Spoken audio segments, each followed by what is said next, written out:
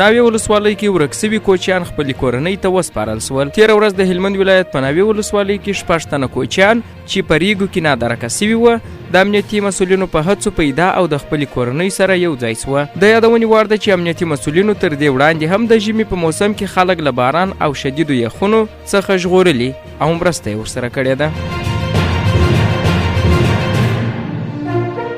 په کابل کې د معتادینو زربستریز روغتون سره د روغتیایي کیټونو او جامو مرسته وسوه. د عامه روغتیا وزارت مسؤلین وایي د معتادینو زربستریز روغتون سره د 1500 روغتیایي کیټونو او جامو مرسته وسوه.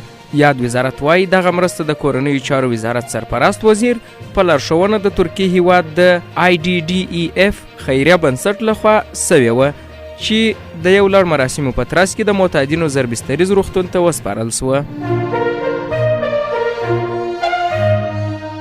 فواید عامه وزارت وایي نن په سالنګ کې هوا لمریزه ده او له دواړو لوري مسافر وړونکي او بار وړونکي وسایط له ټیلر پرته له شمال څخه سویل ته د چین زنځیر په واسطه تګ راتګ کوي. دغه وزارت مسؤلین وایي چې د ورځې په اوږدو کې ټیلر موټرونه له شمال څخه جنوب ته تګ راتګ کوي.